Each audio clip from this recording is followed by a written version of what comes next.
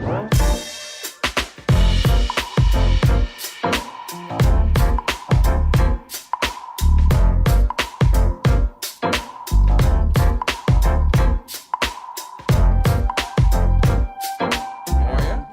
You're looking fantastic. Thank Look you. at that tie. Tremendous. Got to tell you, this is a great experience, and what an honor to be here. Thank you so much for saying that. This is really Appreciate awesome. it. So, Moonshine Sweet Tea is the brand.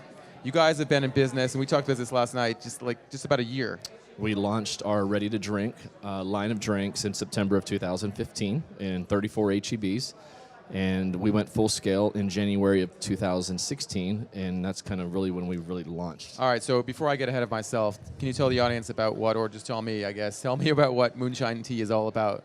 So Moonshine Sweet Tea is it started out as a concentrate, and it was a recipe that originated in the 1940s.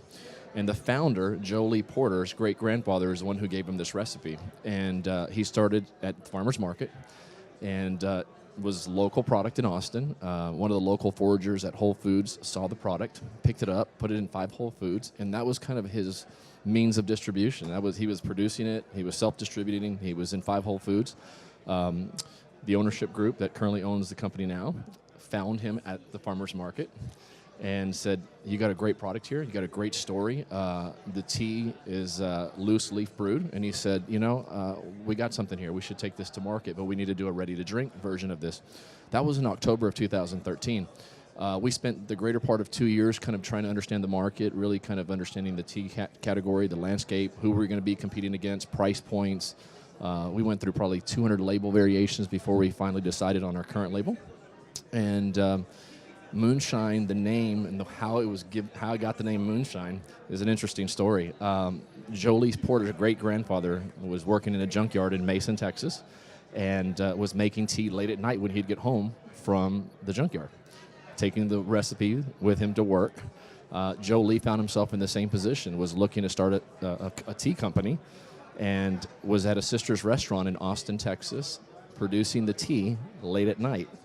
She said, okay, Jolie, if you want to produce this tea, you have from 12 o'clock at midnight to 6 o'clock in the morning. That's your time frame you have in order to come in here and use my kitchen. It hit him one night with his wife-to-be. He was sitting there, and he says, you know what? I'm producing this under the Moonshine Hours just like my great-grandfather did. Hence is how the name was born.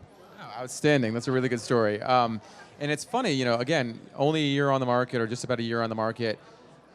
You told me you're in 12,000 locations at this point. You've got 2017 will be in 12,000 plus locations. Okay, and you're already at 20, 30 employees at this point? 22 employees. How did you go so fast, and how did you kind of like lay down the foundation for that fast start?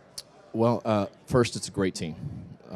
Bringing good people, obviously, is the key. And then really just focusing on trying to get the product to the shelf and getting it at the right price point on the shelf, knowing that you're in a competitive landscape and making sure that we're priced accordingly.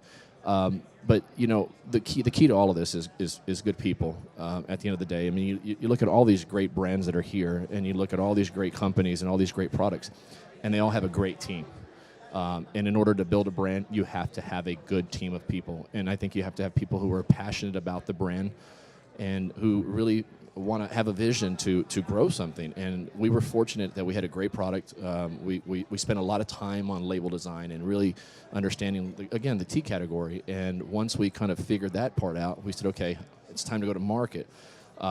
We got to put people in key positions. And so as we started attacking the Texas market, we hired people in Austin and Dallas and Houston and San Antonio, our backyard, and we really wanted to kind of own that landscape and started building out the DSD network and just planes, trains, and automobiles. Yeah. I mean, just 24/7 on the road. Amazing, amazing. All right, we have like 30 seconds left, but I wanted to ask you, you mentioned this last night, you were at the beverage school session yesterday during the day. That was awesome. And I thank you so much for saying that. It means a lot to me.